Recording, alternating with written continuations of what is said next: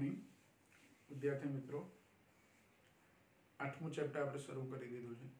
થોડીક સમજૂતી પહેલા લેક્ચરની અંદર, કયા લેક્ચરની અંદર આપણે એની મેળવી અને એમાં સ્થાનાંતર પ્રવાહની સમજૂતી મેળવેલી કે મેક્સવેલે જે વિદ્યુત અને ચુંબકત્વના જે 4 નિયમો હતા એના 4 આધાર સ્તંભો એને કહેવાય છે. ગાઉસના 2 નિયમો વિદ્યુત માટે અને ચુંબકત્વ માટે, એક ફેરેડેનો નિયમ પ્રેરણ અંગેનો અને એમ્પિયરનો સર્કિટલ નિયમ, એ 4નો સમન્વય કર્યો.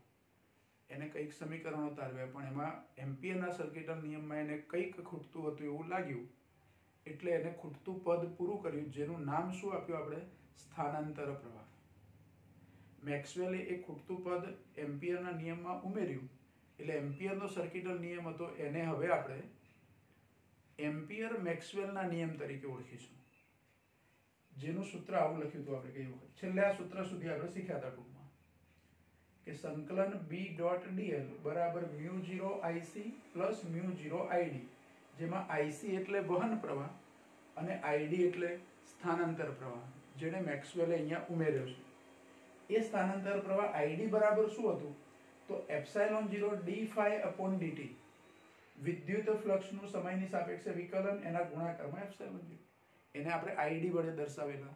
એટલે ID ની જગ્યાએ એ કિંમત મૂકી દઈએ તો ફરીથી આ નિયમ સૂત્ર સ્વરૂપે લખાય, સંકલન B.dl બરાબર μ0 IC પ્લસ μ0 ε0 d∅ dt. અને એ નિયમને શબ્દોમાં લખવો હોય તો આ રીતે લખાય. આપણે શબ્દોમાં નિયમ લખવાનો બાકી હતો. એમ્પિયર મેક્સવેલનો નિયમ જો શબ્દોમાં શું લખીએ કે કોઈ બંધ પરિપથને ઘેરતા બંધ પૃષ્ઠમાંથી પસાર થતો કુલ પ્રવાહ એ વહન પ્રવાહ અને સ્થાનાંતર પ્રવાહ એના સરવાળા જેટલો હોય છે. આ કુલ પ્રવાહ એટલે આપણે કેપેસિટરનું ઉદાહરણ લીધેલું કે કેપેસિટરની 2 પ્લેટમાંથી કોઈ એક પ્લેટની બહારના ભાગમાં વહન પ્રવાહ હતો અને 2 પ્લેટની વચ્ચેના વિસ્તારમાં કયો પ્રવાહ હતો? સ્થાનાંતર પ્રવાહ હતો. એમાં આપણે એક બંધ પૃષ્ઠ લીધેલું ગળા આકારનું. એ બંધ પૃષ્ઠની અંદર સ્થાનાંતર પ્રવાહ હતો અને પૃષ્ઠની બહાર આપણે જે પ્રવાહ લીધો તે વહન પ્રવાહ હતો. તો કુલ પ્રવાહ એ બેના સરવાળા જેટલો એમ કે હોય છે. અને આવું લેવાથી, આ સ્થાનાંતર પ્રવાહ લેવાથી વિદ્યુત અને ચુંબકત્વના જે નિયમો છે એ નિયમોમાં આપણને સમમિતિ જોવા મળી. દાખલા તરીકે આપણે કેપેસિટરનું ઉદાહરણ લીધું તો એમાં વહન પ્રવાહ પણ હતો અને સ્થાનાંતર પ્રવાહ પણ હતો. કોઈ તારની અંદર બીજો એક પોઈન્ટ જુઓ, કોઈ તારમાં ધારો કે સ્થિર વિદ્યુત પ્રવાહ વહેતો હોય તો સ્થિર વિદ્યુત પ્રવાહ એટલે અચળ પ્રવાહ, પ્રવાહમાં કોઈ ફેરફાર થતો નથી. તારમાં જો અચળ પ્રવાહ વહેતો હોય તો માત્ર અને માત્ર વહન પ્રવાહ ત્યાં હોય. આમ તો સ્થાનાંતર પ્રવાહ અને વહન પ્રવાહ બંનેની ભૌતિક અસરો સરખી જ છે, પણ એવું બને કે અમુક જગ્યાએ માત્ર વહન પ્રવાહ હોય, અમુક જગ્યાએ માત્ર સ્થાનાંતર પ્રવાહ હોય, અથવા અમુક જગ્યાએ બંને પ્રવાહ હોય. એ પ્રવાહોની અસરો તો બધી જગ્યાએ સરખી જ છે, પણ કેપેસિટર જેવું ઉદાહરણ લીધું તો એમાં બંને પ્રવાહ મળે. કોઈ સુવાહક તારની અંદર માત્ર સ્થિર પ્રવાહ વહેતો હોય તો એકલો વહન પ્રવાહ હોય, ત્યાં સ્થાનાંતર પ્રવાહ ના હોય. પછી અવકાશની અંદર ધારો કે વિદ્યુત ચુંબકીય તરંગોનું પ્રસરણ થાય છે તો ત્યાં કયો પ્રવાહ જવાબદાર છે? તો સ્થાનાંતર પ્રવાહ જવાબદાર છે. અવકાશની અંદર કોઈ જગ્યાએ તમે જો તો વહન પ્રવાહ, વાહક તાર જેવું કશું નથી. અને સૂર્યપ્રકાશ તો પૃથ્વી સુધી પહોંચે છે, તો સૂર્યપ્રકાશ એ શું છે? વિદ્યુત ચુંબકીય તરંગો છે. એટલે બદલાતું જતું વિદ્યુત ક્ષેત્ર ચુંબકીય ક્ષેત્ર ઉત્પન્ન કરે અને બદલાતું જતું ચુંબકીય ક્ષેત્ર એ વિદ્યુત ક્ષેત્ર ઉત્પન્ન કરે. એટલે બંને ક્ષેત્રો એકબીજાને સતત ઉત્પન્ન કરતા જાય છે અને માધ્યમમાં એ તરંગો આગળ વધતા જાય છે, અથવા અવકાશમાં તરંગો આગળ વધતા જાય છે. તો ત્યાં માત્ર સ્થાનાંતર પ્રવાહ છે. એટલે કહેવાનો મતલબ કે સ્થાનાંતર પ્રવાહ અને વહન પ્રવાહ બેની ભૌતિક અસરો સરખી છે. કોઈ જગ્યાએ એવું બને કે માત્ર વહન પ્રવાહ હોય, કોઈ જગ્યાએ એવું બને કે માત્ર સ્થાનાંતર પ્રવાહ હોય, અને કોઈ જગ્યાએ બંને પ્રવાહોનું સહઅસ્તિત્વ હોય, બંને સાથે અસ્તિત્વમાં, કોઈ ફરક પડતો નથી. બરાબર. પણ આ સ્થાનાંતર પ્રવાહની શોધથી વિદ્યુત અને ચુંબકત્વના નિયમો હતા એમાં સમમિતિ આવી ગઈ. એમાં અહીંયા આપણને ઉદાહરણ એક આપ્યું છે ફેરેડેના નિયમ. તો ફેરેડેનો નિયમ આપણને શું કહે છે? તો ફેરેડેના નિયમમાં આપણે પ્રેરિત EMF E બરાબર -d∅dt. જો અહીંયા આપણે d∅dt લીધા છે એ કયા છે? તો વિદ્યુત ફ્લક્સ લીધું છે આમાં ϕ એ, જ્યારે અહીંયા ચુંબકીય ફ્લક્સ છે. ફેરેડેના નિયમમાં કયું ફ્લક્સ છે? ચુંબકીય ફ્લક્સ. વિદ્યુત ચુંબકીય પ્રેરણ નામનું ચેપ્ટર શીખ્યા આપણે. એમાં હેનરી અને ફેરેડેના પ્રયોગો શીખ્યા અને એની પરથી ફેરેડેનો નિયમ શીખ્યા પ્રેરણ અંગેનું, કે પ્રેરિત ઈએમએફ કોઈ ગુજરાત સાથે સંકળાયેલા ચુંબકીય ફ્લક્સમાં ફેરફાર થવાથી, ચુંબકીય ફ્લક્સમાં ફેરફાર થવો મતલબ કે ચુંબકીય ક્ષેત્ર બદલાયું. કારણ કે ચુંબકીય ફ્લક્સ ફાઈ બી બરાબર એ ડોટ બી અથવા એ બી કોસ થીટા આવું સૂત્ર હતું. હું કોઈક રીતે ચુંબકીય ક્ષેત્રમાં ફેરફાર કરું એટલે ફ્લક્સમાં ફેરફાર થાય, અને એ ચુંબકીય ક્ષેત્રમાં ફેરફાર થાય તો ફ્લક્સમાં ફેરફાર થાય, ફ્લક્સમાં ફેરફાર થાય તો પ્રેરિત ઈએમએફ ઉદ્ભવે. પ્રેરિત ઈએમએફ ઉદ્ભવે મતલબ કે આપણને વિદ્યુત ક્ષેત્ર મળે. એ બંધ ગૂંચળાની અંદર ઈએમએફ ઉત્પન્ન થયું એનો મતલબ કે એમાં પ્રેરિત વિદ્યુત પ્રવાહ છે, અને વિદ્યુત પ્રવાહ હોય ત્યાં વિદ્યુત ક્ષેત્ર હાજર હોય, એટલે એ તારની અંદર, ગૂંચળાનો જે તાર છે એ તારમાં વિદ્યુત ક્ષેત્ર ઉત્પન્ન થયું. કોને લીધે? ચુંબકીય ક્ષેત્રમાં ફેરફાર થવાથી. એટલે ફેરેડેનો પ્રેરણનો નિયમ આપણને એવું કહે છે કે ચુંબકીય ક્ષેત્રના ફેરફારથી આપણને વિદ્યુત ક્ષેત્ર મળ્યું, અને એનાથી ઉલટું આ સ્થાનાંતર પ્રવાહ છે, એમ્પિયરે આપણને, મેક્સવેલે આપણને એવું પણ કીધું કે વિદ્યુત ક્ષેત્રમાં ફેરફાર થાય તો ચુંબકીય ક્ષેત્ર પણ ઉત્પન્ન થાય. એટલે આમાં સમમિતિ આવી ગઈ. એટલે ફેરેડેના નિયમમાં પણ સમમિતિ છે કે ચુંબકીય ક્ષેત્રના ફેરફારથી વિદ્યુત ક્ષેત્ર ઉત્પન્ન થાય છે, અને જો વિદ્યુત ક્ષેત્રનો ફેરફાર થાય તો ચુંબકીય ક્ષેત્ર ઉત્પન્ન થાય છે. એવું કેપેસિટરની બે પ્લેટની વચ્ચેના વિસ્તારમાં આપણે કીધું કે કેપેસિટરની બે પ્લેટ વચ્ચેનું વિદ્યુત ક્ષેત્ર જે સમય સાથે બદલાય છે, એ ક્ષેત્ર સમય સાથે બદલાય એટલે ચુંબકીય ક્ષેત્ર મળે. અને જો એ ચુંબકીય ક્ષેત્ર આપણે માપવું હોય તો કેટલું મળે?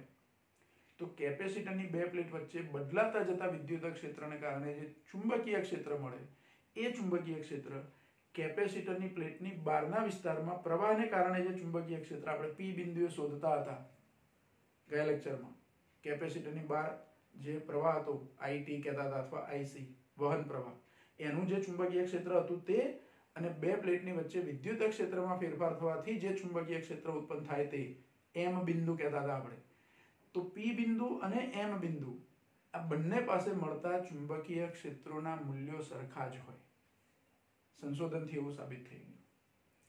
એટલે બધે સમમિતિ આપણને જોવા મળે છે. કુદરતમાં દરેક રીતે સમમિતિ હોય.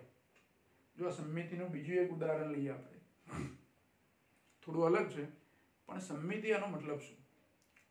તો આપણે 11મા ધોરણમાં એવું શીખેલા છે કે બ્રહ્માંડ શાનું બનેલું છે? તો દ્રવ્ય અને વિકિરણનું.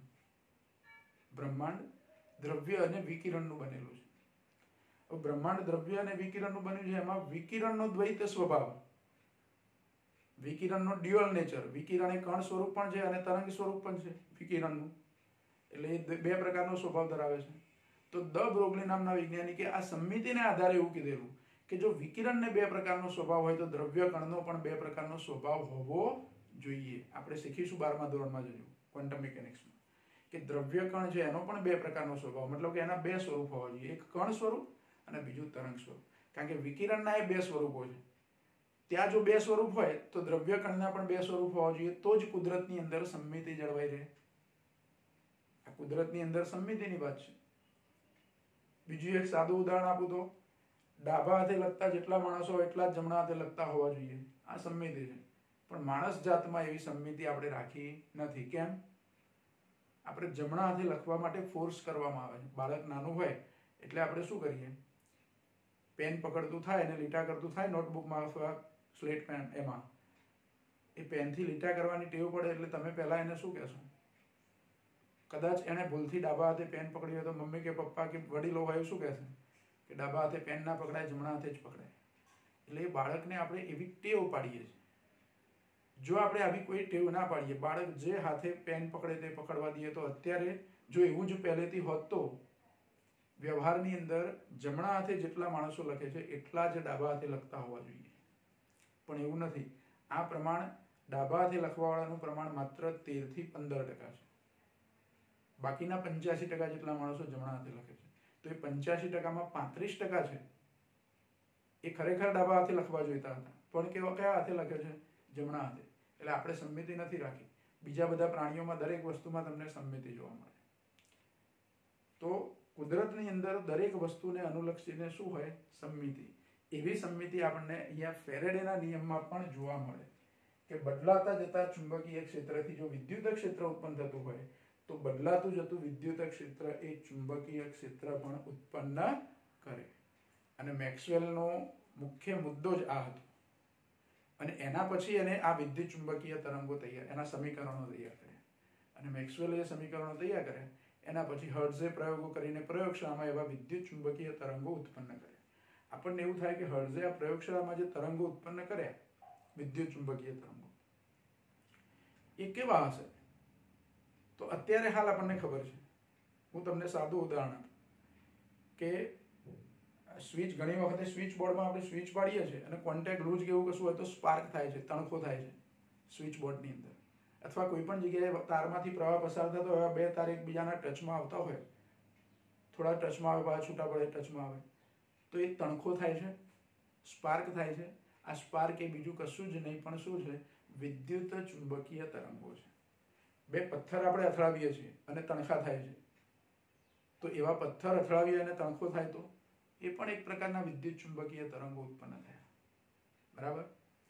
તો આવા વિદ્યુત ચુંબકીય તરંગોની ચર્ચા આપણે આ ચેપ્ટરમાં કરવાની છે. અત્યાર સુધી આપણે ચર્ચા કરી સ્થાનાંતર પ્રવાહની, મેક્સવેલ અને એમ્પિયરનો જે નિયમ છે એ નિયમની ચર્ચા કરી. પણ હવે આપણે ચર્ચા જે કરવાની છે એ વિદ્યુત ચુંબકીય તરંગોની લાક્ષણિકતાઓની ચર્ચા કરવાની. પણ આપણને અહીંયા એક ઉદાહરણનો દાખલો આપ્યો છે. પહેલા એ દાખલો ગણીશું અને પછી વિદ્યુત ચુંબકીય તરંગો શીખીશું. બરાબર? તો એ દાખલો આપણે પહેલા ગણીશું.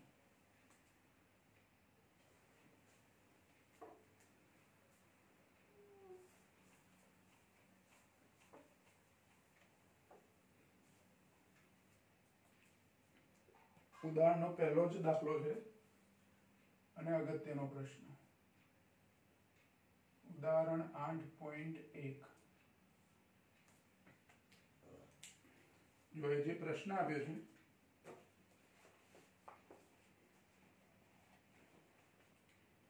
જો પ્રશ્ન આપ્યો છે આપણને કે એક સમાંતર પ્લેટ કેપેસિટર કે જેની વર્તુળાકાર પ્લેટની ત્રિજ્યા 1 મીટર છે.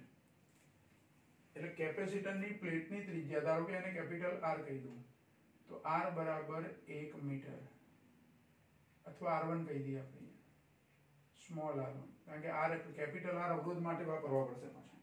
એટલે R1 બરાબર 1 મીટર છે. તેનું કેપેસિટન્સ 1 નેનો ફેરાડે છે. કેપેસિટન્સ C વડે આપણે દર્શાવીએ છીએ, 1 નેનો ફેરાડે. હવે નેનો ફેરાડે, નેનો એટલે 10⁻⁹, એટલે 1 ગુણ્યા 10⁻⁹ ફેરાડે, આટલું એનું કેપેસિટન્સ છે. તેને વિદ્યુત ભારિત કરવા માટે t બરાબર 0 સમયે એક R બરાબર 1 મેગા ઓહ્મના અવરોધ સાથે, એટલે અવરોધ R આપ્યો છે આપણને, જો કેપિટલ R લેવા પડે આપણે અવરોધ R માટે, કેટલા? 1 મેગા ઓહ્મ. મેગા એટલે 10⁶, એટલે 1 ગુણ્યા 10⁶ ઓહ્મ. આટલા અવરોધ સાથે V બરાબર 2 વોલ્ટની બેટરી સાથે જોડેલું છે. કેટલું? 2 વોલ્ટની બેટરી સાથે જોડેલું છે.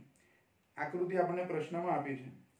t બરાબર 10⁻³ સેકન્ડના સમય બાદ, t બરાબર સ્મોલ t 10⁻³ સેકન્ડ, આટલા સમય બાદ પ્લેટના કેન્દ્ર અને પરિઘ વચ્ચેના મધ્ય બિંદુ P આગળ, આકૃતિ આપી છે આપણે દોરીએ, P આગળ ચુંબકીય ક્ષેત્ર ગણો. એટલે B શોધી કાઢવાનું છે આપણે. શું શોધી કાઢવાનું છે? ચુંબકીય ક્ષેત્ર B શોધી કાઢવાનું છે. અને કેપેસિટર પર t સમયે વિદ્યુત ભાર, એનું સૂત્ર આપ્યું છે. જો આ સૂત્ર બહુ અગત્યનું છે. t સમયે વિદ્યુત ભારનું સૂત્ર આપ્યું છે, qt બરાબર CV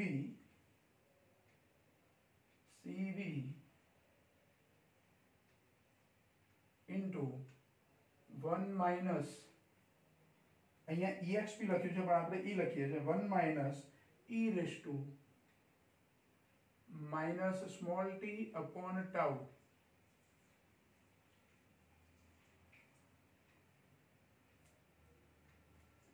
આવું સૂત્ર આપ્યું છે, જ્યાં સમય અચળાંક t એ CR બરાબર છે. C એટલે કેપેસિટન્સ, આર એટલે અવરોધ, એના ગુણાકાર જેટલો આ સ્મોલ ટાઉ છે. આ ટાઉ એટલે એકચ્યુઅલી આ ટી છે, સમય અચળાંક કહેવાય આને. સમય અચળાંક સંજ્ઞા એની ટાઉ જેવી છે પણ એને આપણે ટી બોલીશું. તો ટી બરાબર શું છે? c ઇન્ટુ આર જેટલો છે. હવે c ઇન્ટુ આર એટલે કેટલા? તો c 1 ગુણ્યા 10 ની માઇનસ 9 અને r 1 ગુણ્યા 10 ની 6 ઘાત, એ બેનો ગુણાકાર કરીએ એટલા આપણને ટી છે. તો એ ટી અહીંયા લખી દઈએ આપણે. c આપ્યા છે 1 ગુણ્યા 10 ની માઇનસ 9 અને r છે 1 ગુણ્યા 10 ની 6, એટલે કેટલા થયા? 1 ગુણ્યા 10 ની માઇનસ 3 ઘાત સેકન્ડ, અને એકમ સેકન્ડ થાય. c અને r ના ગુણાકારનો એકમ સેકન્ડ થાય. બરાબર. આકૃતિ જે આપી છે અહીંયા, એક સામાન્ય આકૃતિ આપણે ખાલી દોરી દઈએ. એક કેપેસિટર આપી છે આપણને.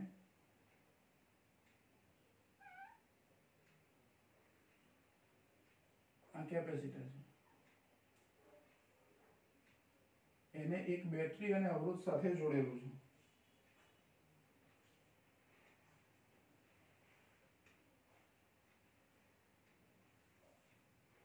અહીંયા એક બેટરી છે અને અહીંયા એક અવરોધ છે.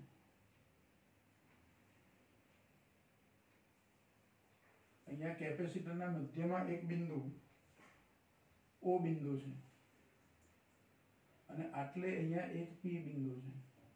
અને અહીં આકૃતિમાં જ લખ્યું છે OP બરાબર 0.5 મીટર.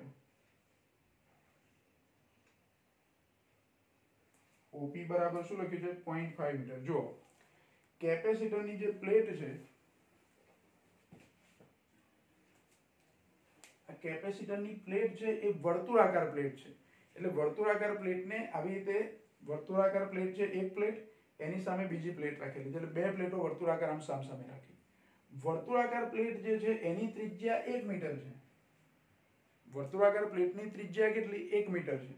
પણ અહીંયા OP જે લખ્યું છે એમાં O થી P સુધીનું અંતર એ R2 કહી દઉં, ધારો કે એ ત્રિજ્યા છે. તો R2 બરાબર, અહીંયા આકૃતિમાં આપણે આવું લખીએ અહીંયા કે R2 એ OP જે 0.5 મીટર છે. બરાબર.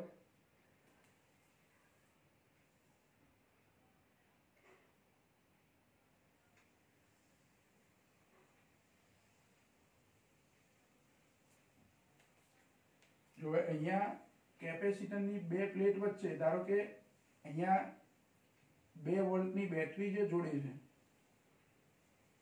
આ 2 વોલ્ટની બેટરી, આ અવરોધ R, બેટરીમાંથી આ બાજુ આપણને પ્રવાહ મળે. આ પ્લેટ ધન બને નીચેની, ઉપરની પ્લેટ ઋણ બને, એટલે ધનથી ઋણ તરફ વિદ્યુત ક્ષેત્ર હોય. આ રીતે વિદ્યુત ક્ષેત્ર હોય. અને આ 2 વોલ્ટની બેટરી અહીંયા અવરોધ આપણે જોડ્યો છે, પણ વિદ્યુત ભાર છે એ સમય સાથે બદલાય છે. વિદ્યુત ભાર સમય સાથે બદલાય એટલે આ પ્રવાહ પણ સમય સાથે બદલાય, એટલે વિદ્યુત ક્ષેત્ર પણ સમય સાથે બદલાવાનું. અને સમય સાથે બદલાતું જતું વિદ્યુત ક્ષેત્ર એ શું ઉત્પન્ન કરે? ચુંબકીય ક્ષેત્ર ઉત્પન્ન કરે. સમય સાથે બદલાતું જતું વિદ્યુત ક્ષેત્ર એ ચુંબકીય ક્ષેત્ર ઉત્પન્ન કરે. તો પહેલા તો મારે બે પ્લેટ વચ્ચેનું વિદ્યુત ક્ષેત્ર શોધી કાઢવું છે. હવે આ જે સમીકરણ છે એ પ્રશ્નમાં આપ્યું છે, ધ્યાન રાખો. અને એમાં અહીંયા પહેલા આને સમજી લઈએ આપણે. આ e⁻t/t તાઉ સંજ્ઞા છે પણ એને ટી બોલીશું. હું કેપિટલ ટી લખી શકું એની જગ્યાએ, ધ્યાન રાખો. પણ કેપિટલ ટી ને બદલે આ લોકોએ ટાઉ એવી સંજ્ઞા વાપરી છે. પહેલા જૂના કોર્સમાં અહીંયા કેપિટલ ટી વાપરતા હતા. કેપિટલ ટી બરાબર CR એવું લેતા હતા, જેને સમય અચળાંક કહેતા હતા. પણ એ ટાઉ જેવી સંજ્ઞા વાપરી છે. બુકની અંદર એ સમીકરણ આવું લખ્યું છે, QT બરાબર CV 1 - EXP - T/T. આ EXP લખ્યું છે. EXP એટલે એક્સપોનેન્શિયલ. EXP એટલે શું? એક્સપોનેન્શિયલ, ચર ઘાતાંકીય. ગુજરાતીમાં કહીએ તો એને ચર ઘાતાંકીય એવું કહેવાય. આ ચર ઘાતાંકીય પદ છે એને E નો આધાર કરીને પણ લખી શકાય. E ના આધારમાં એને લઈ શકાય. એટલે e⁻t/t અહીંયા આપણે એવું લખ્યું. આપણે જો તમને ખ્યાલ હોય તો e⁻x નું વિકલન અને સંકલન કરીએ છીએ. ગણિતમાં તમે લો છો e⁻x, જો ગણિતમાં વિકલન સંકલન શીખવાની શરૂઆત કરી હોય તો. બરાબર. આપણે ફિઝિક્સમાં અમુક જગ્યાએ આનો ઉપયોગ કરેલો છે 11માં. ઈ આધારવાળા પદો, ઈ નું મૂલ્ય આપણે 2.718 આવું લેતા હતા. પ્રાકૃતિક આધાર જેને કહીએ છીએ આપણે, ચર ઘાતાંકીય આધાર ઈ એ. તો આ ચર ઘાતાંકીય પદ છે, બરાબર. હવે એમાં જુઓ સી અને વી તો આપણને આપેલા જ છે, વી અને સી ની કિંમત આપેલી છે, એટલે આ સૂત્રમાં પહેલા આપણે એ કિંમત મૂકી દઈએ. એટલે વિદ્યુતભારનું સૂત્ર અત્યારે હાલ એ કિંમતો મૂકીને લખીએ કે QT બરાબર સી નું મૂલ્ય 1 ગુણ્યા 10 ની -9 એટલે 10 ની -9 ઘાત ડાયરેક્ટ લખું ગુણ્યા 2 કૌંસમાં 1 - e raise to -t upon t. એટલે આ ગોઠવીને આપણે લખીએ તો 2 ગુણ્યા 10 ની -9 ઘાત ડાયરેક્ટ લખાય આવું, બરાબર. આને હું પરિણામ નંબર 1 કહી દઉં અત્યારે, બરાબર. આને સમીકરણ નંબર 1 રાખીએ. હવે બે પ્લેટ વચ્ચેનું વિદ્યુત ક્ષેત્ર મારે શોધવું છે. શું કરવું છે? બે પ્લેટ વચ્ચેનું વિદ્યુત ક્ષેત્ર. આપણે કીધું ને કે અહીંથી પ્રવાહ પસાર થાય એટલે બે પ્લેટ વચ્ચે વિદ્યુત ક્ષેત્ર હોય ધન થી ઋણ તરફ. તો બે પ્લેટ વચ્ચેનું વિદ્યુત ક્ષેત્ર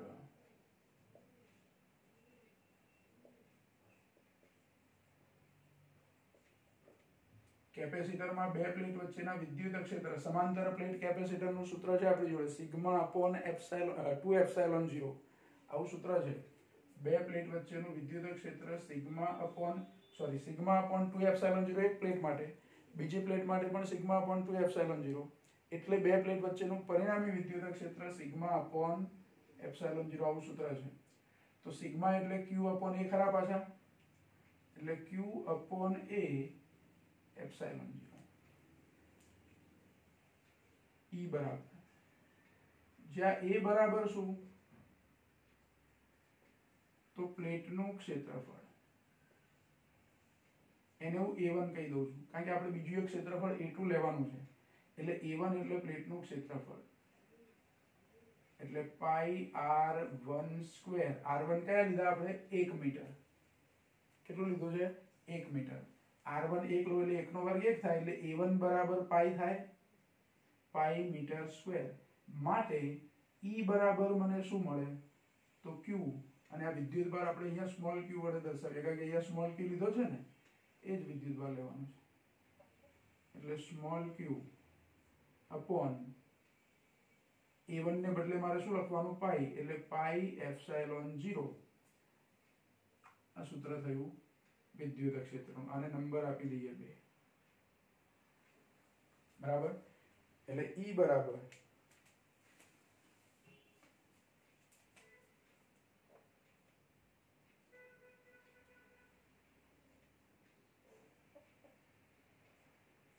વિદ્યુત ક્ષેત્ર આ સૂત્ર પ્રમાણે છે.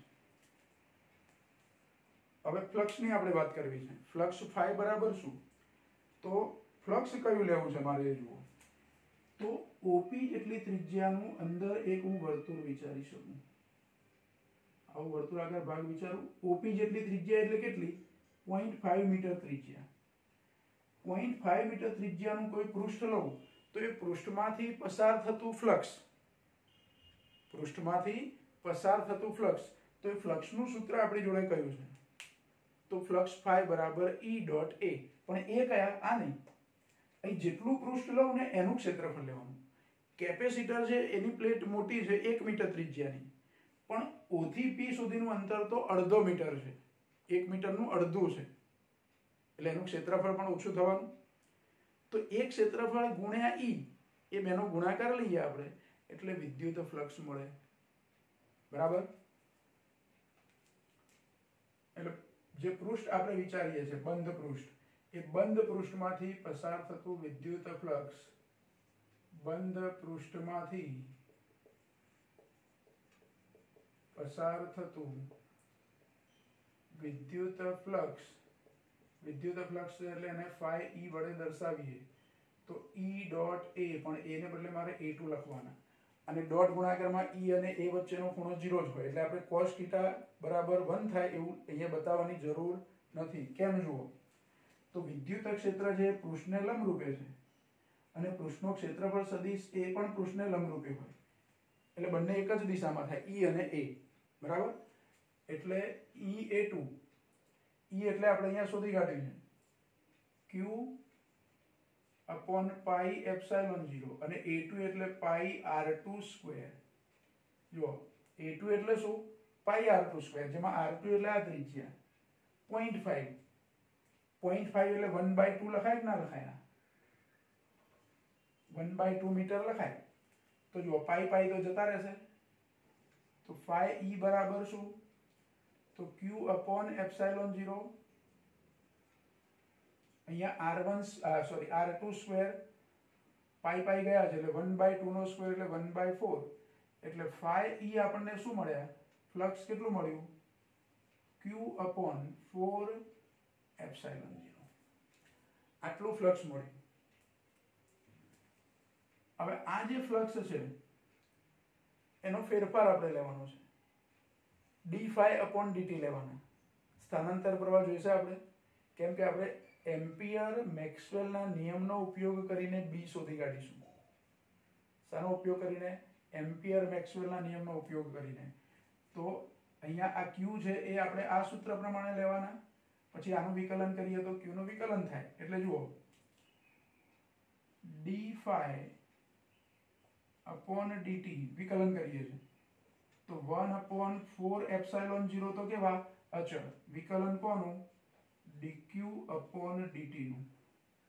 એટલે અહીંયા Q લખ્યા છે એ t નું વિધેય છે, એટલે સમયનું વિધેય છે. અહીંયા હું t લખી શકું બાજુમાં, આ t. તો dq/dt એટલે કે આનું મારે વિકલન કરવું છે, સમીકરણ 1 નું. તો એ વિકલનનો જવાબ મારે અહીંયા લખવો પડે. 1/4ε0 તો એમના એમ રાખવાના જ છે. હવે વિકલન Q નું કરવાનું, તો આનું વિકલન કરવાનું. વિકલનમાં જુઓ, આ પદ તો અચળ છે, કૌંસમાં 1 પણ અચળ. હવે આ અચળ જોડે આ ગુણાકાર કરું 2 × 10⁻⁹, તો એ પણ અચળ જ થાય, પણ આ પદ વેરિયેબલ છે. જો એનું વિકલન હું અલગ અહીંયા કરીને તમને સમજાવું, પછી આપણે વિકલનનો જવાબ અહીંયા લખીએ. Q નું સૂત્ર આપણું આવું છે, QT બરાબર 2 ને અંદર ગુણી દઉં છું, 2 × 10⁻⁹. કોની સાથે ગુણી દીધા? 1 ની સાથે. અને આને આની સાથે ગુણવા પડે, કૌંસમાં તો બંને સાથે ગુણવા પડે, કૌંસ બહાર છે ને. એટલે -2 × 10⁻⁹ e⁻t/τ અથવા t/t. હવે આ dq/dt કરીએ તો આ આખું પદ અચળ એટલે વિકલન 0. આ નિશાની માઈનસ તો ખરી. હવે આ અચળ છે પણ એના ગુણાકારમાં બીજું પદ છે વેરિયેબલ, એટલે આ 0 ના લખાય, અચળ એમના એમ લખી દેવાનું. આનું વિકલન કરતા જ નથી આપણે, વિકલન e⁻t/t નું કરીએ છીએ. હવે e⁻x હોય તો એનું વિકલન e⁻x × dx/dt, જો t ની સાપેક્ષે હોય તો. એટલે અહીંયા આપણે t ની સાપેક્ષે વિકલન, તો e⁻t/t એમના એમ રહેશે. અને પાછું d/dt, કોનું વિકલન? -t/t નું. તો જો નિશાની માઈનસ થયા, એ માઈનસ અહીંયા આવે એટલે શું થઈ જાય? પ્લસ. t નું વિકલન t ની સાપેક્ષે 1 ના t તો સ્મોલ, નીચેના t તો અચળ છે, 1/t છે, એટલે 1/t વધે. એટલે આ વિકલનનો જવાબ શું થાય? 1/t. અને આ નિશાની કઈ થઈ જાય? પ્લસ. 0 ની જરૂર નથી, એટલે આપણો જવાબ થયો 2 × 10⁻⁹ ભાગ્યા t e⁻t/t. આવું વિકલન થાય. અહીં મારે એ વિકલન લખવાનું છે. એટલે વિકલનનો જવાબ શું લખી દઉં અહીંયા? આવું 2 × 10⁻⁹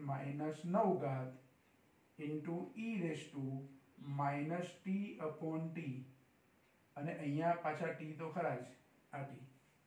હવે આ બંને જગ્યાએ હું t ની કિંમત પણ લખી શકું, કારણ કે t ની કિંમત ઓલરેડી આપણે શોધી કાઢી છે, 10⁻³ તો d∅/dt શું થશે?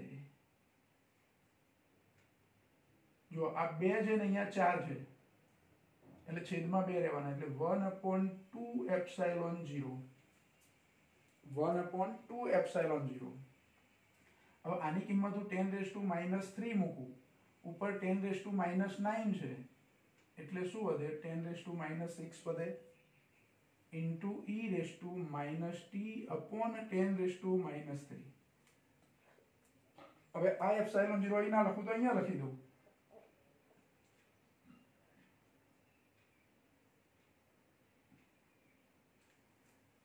અને એકચ્યુઅલી એપ્સાઇલોન 0 ઇન્ટુ d∅dt એટલે શું છે? id, ડિસ્પ્લેસમેન્ટ કરંટ, સ્થાનાંતર પ્રવાહ છે. આ શું છે? સ્થાનાંતર પ્રવાહ. એટલે આવું લખી શકું કે id બરાબર 10⁻⁻6/2, આ 1 × 10⁻6 એટલે 10⁻6 ઇન્ટુ e⁻t/10⁻3. આ id આટલા આપણને મળે.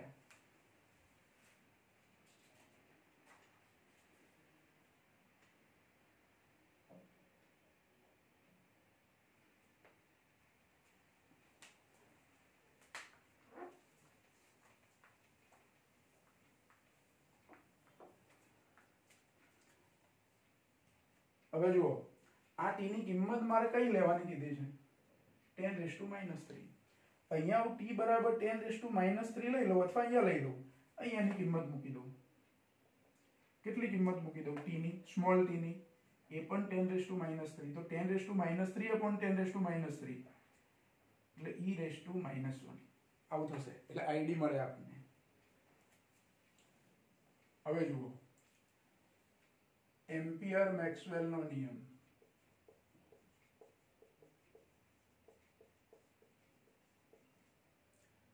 આપણે શરૂઆતમાં આજે આપણે જ્યારે શરૂઆત કરી ત્યારે શબ્દોમાં નિયમ લખ્યો, એની પર સૂત્ર લખ્યું હતું કે સંકલન b.dl બરાબર μ0IC પ્લસ μ0ID.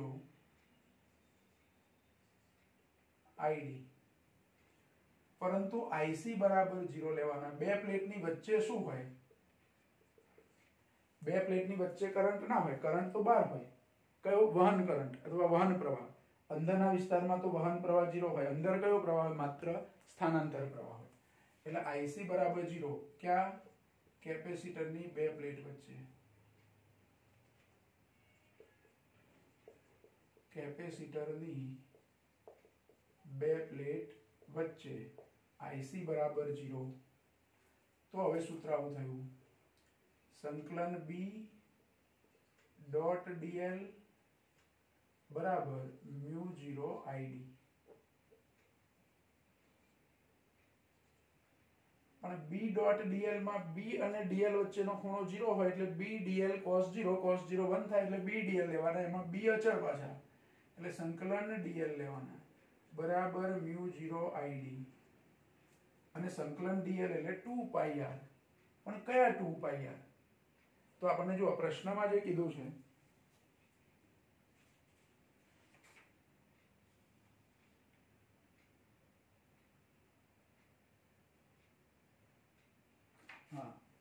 પ્લેટના કેન્દ્ર અને P બિંદુ એની વચ્ચે ચુંબકીય ક્ષેત્ર આપણે શોધવાનું છે. એટલે P બિંદુ આગળ એટલે કેટલા અંતરે? r બરાબર કેટલા અંતરે? 0.5 મીટર અંતરે. તો અહીંયા મારે dl સંકલન બરાબર શું લેવાનું? 2πr. પણ એમાં r કયા? r1 કે r2? તો પ્રશ્નમાં આપણને r2 માટે કીધું છે. એટલે b × 2πr2 બરાબર μ0ID. આ b શોધવાના છે. આ 2πr2 માં જો r2 એટલે 1/2 છે. r2 કેટલા છે? 1/2. 0.5 એટલે 1/2 અને આ 2 જતા રહે એટલે પાઈ જ વધે. એને આ બાજુ લઈ લેવાના. તો b બરાબર μ0ID/π. b તો આપણે શોધવાના છે. આ id ની આ કિંમત લખી દેવાની અને બાકીની કિંમતો લખી દેવાની. μ0 એટલે 4π10⁻⁻7 જે આપણને ખબર છે. છેદમાં પાઈ જ છે એટલે પાઈ ઉડી જશે. id એટલે 10⁻⁻6/2 ઇન્ટુ e⁻1 એટલે 1/e કહેવાય. e ની -1 ઘાત એટલે 1 છેદમાં e કહેવાય. અને e બરાબર શું? તો 2.718 લેવાના. આપણે હમણાં જ કીધું કે અહીંયા ચર ઘાતાંકીય આધાર તરીકે e લઈએ છીએ, એની કિંમત 2.718 છે. તો સાદું રૂપ હવે પાઈ તો જતા રહ્યા. 4 છે અહીંયા 2 છે એટલે 2 વધે. 2 × 10⁶ ને 7 13 ઘાત એટલે -13 બરાબર ઇન્ટુ 1/e એટલે 1/2.718 આનું સાદું રૂપ એટલે જવાબ. બરાબર.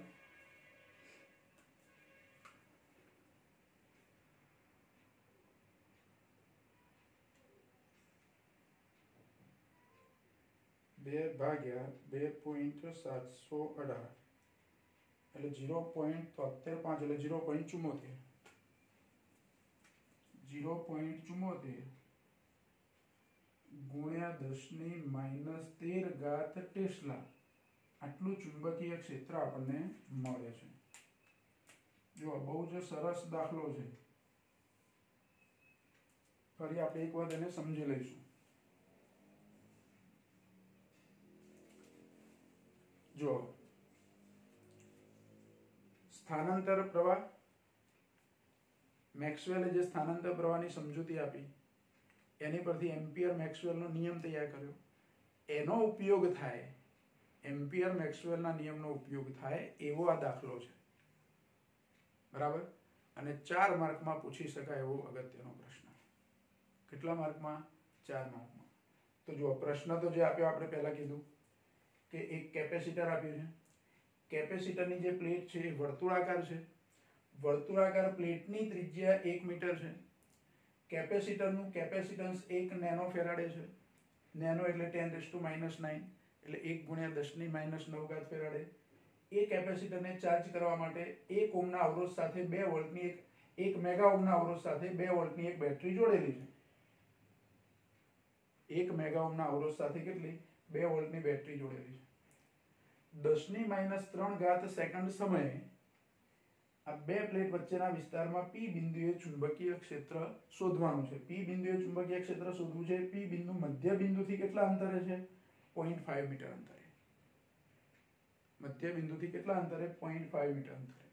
બીજું આપણને આ સૂત્ર જે આપી દીધું છે પ્રશ્નમાં કે આ રીતે વિદ્યુત ભાર બદલાય છે સમય સાથે.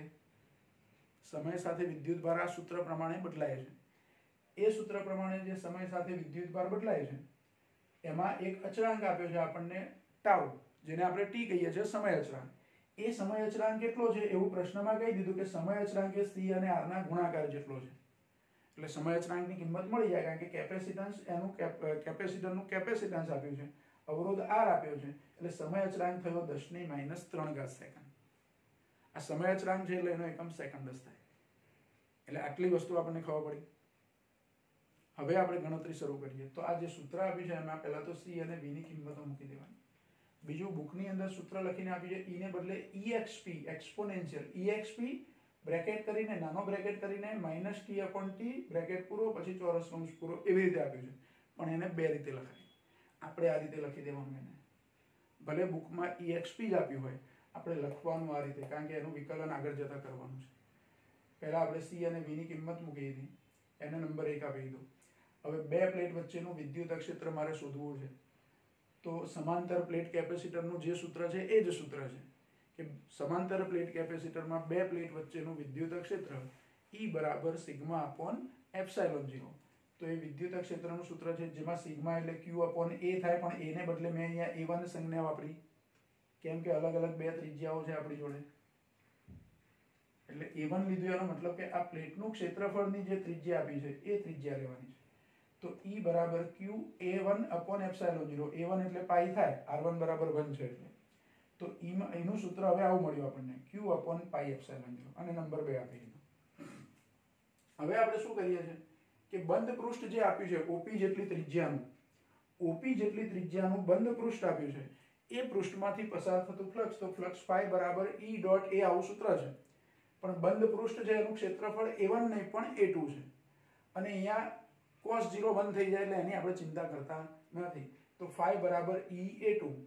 E એટલે અહીંયા આપણે જે શોધી કાઢ્યા છે તે, A2 એટલે πr2², જેમાં r2 છે 1/2 એટલે એનો વર્ગ કરીએ તો 1/4. r2 કેટલા છે?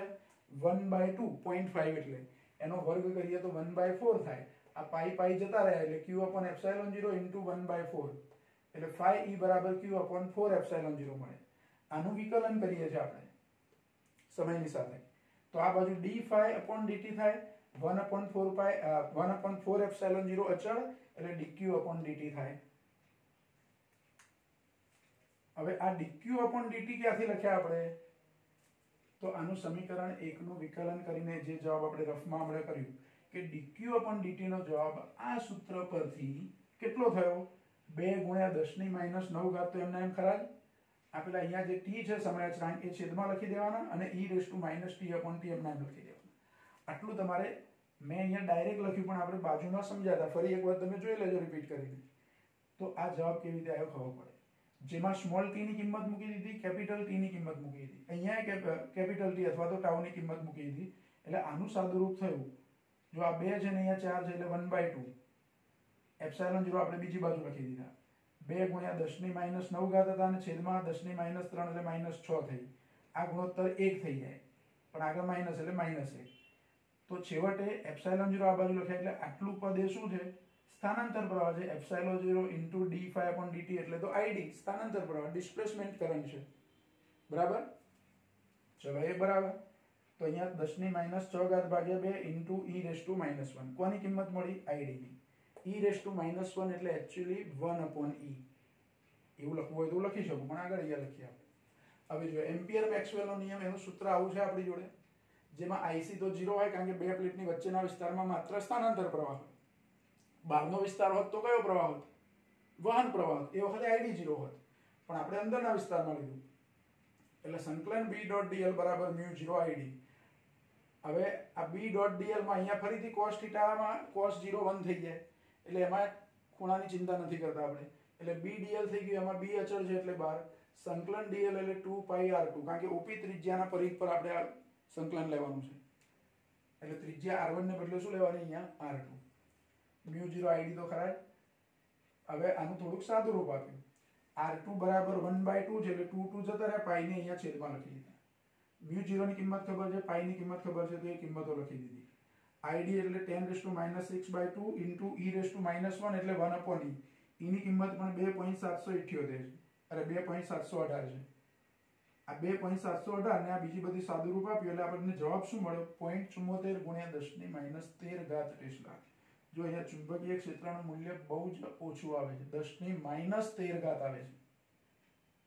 એટલે અહીંયા ચુંબકીય ક્ષેત્ર ઓછા મૂલ્યનું છે. પણ જે કંઈ છે તે આટલું ચુંબકીય ક્ષેત્ર આપણને અહીંયા P બિંદુ આગળ મળે. બે પ્લેટના વિસ્તારમાં P બિંદુ આગળ કેન્દ્રથી 0.5 મીટર અંતરે આટલું ચુંબકીય ક્ષેત્ર આપણને મળે છે. બરાબર? એટલે 4 ગુણની અંદર પૂછી શકાય એવો અગત્યનો પ્રશ્ન.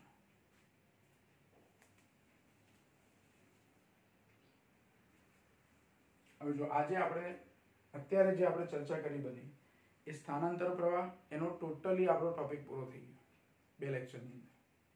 બરાબર? હવે નેક્સ્ટ ટાઈમ જે છે વિદ્યુત ચુંબકીય તરંગોની લાક્ષણિકતાઓ આપણે શીખીશું. અને આ લાક્ષણિકતાઓ આપણી બુકની અંદર જે આપી છે બધી લાક્ષણિકતાઓ કેવી? પેરેગ્રાફ સ્વરૂપે લખીને આપી છે, કોઈ નંબર આપ્યા વગર. એકચ્યુઅલી એની 9 લાક્ષણિકતાઓ છે. એટલે જૂના કોર્સની જે બુક છે આપણી જોડે એમાં સરસ રીતે બધી લાક્ષણિકતાઓ આપી છે. અહીંયા ભેગું બધું લખી દીધું છે. વસ્તુ એની જ છે. એટલે આપણે એ જે લાક્ષણિકતાઓ છે જૂની બુક પ્રમાણે એના જ લાક્ષણિકતાઓ અહીંયા આપી જ છે આપણને. એવું નથી કે જુદી છે લાક્ષણિકતાઓ જૂની અને નવી બુકમાં, પણ જૂની બુકની અંદર થોડીક સારી રીતે આપી છે. એટલે આપણે જૂની બુક પ્રમાણે વિદ્યુત ચુંબકીય તરંગોની લાક્ષણિકતાઓ શીખીશું. અને એ લાક્ષણિકતાઓમાંથી અમુક લાક્ષણિકતાઓ એવી છે કે જેના આધારિત આપણે દાખલા પણ ગણવાના છે આ ચેપ્ટરમાં. આ એક દાખલો આપણે ગણ્યો, આ સિવાયના બધા દાખલા આપણે એ લાક્ષણિકતાઓ પર આધારિત ગણવાના છે. બરાબર? એટલે નેક્સ્ટ ટાઈમ વિદ્યુત ચુંબકીય તરંગોની લાક્ષણિકતાઓ એ આપણે શીખીશું. આજનું કામ અહીંયા આપણે પૂરું કરીએ. પણ આ દાખલો બરાબર ધ્યાન રાખો, ધ્યાનથી સમજો. ના ખબર પડે તો ફરી એક વખત રિપીટ કરો. અને આ જેવું લખ્યું છે આપણે એ પ્રમાણે લખી દેવાનું. બુકમાં કેવી રીતે લખ્યું છે એની બહુ ચિંતા કરતા નહીં. તમારે જોવું હોય તો જોજો, પણ વચ્ચે અમુક સ્ટેપ બુકની અંદર નહીં લખેલા, આપણે બધા સ્ટેપ લખીએ. ખાલી આપણે શું નથી લખ્યું વધારાનું? આ dq/dt નો આ જવાબ કેવી રીતે આવ્યો એ ડાયરેક્ટ લખ્યો, પણ આપણે રફ સમજૂતીમાં બાજુમાં સમજાયું હતું. એ સમજીને વચ્ચે અહીંયા તમારે એ વસ્તુ એડ કરવી હોય તો કરી શકો છો કે dq/dt નો જવાબ શું થાય. તો આટલો જવાબ એ dq/dt નો છે. બરાબર?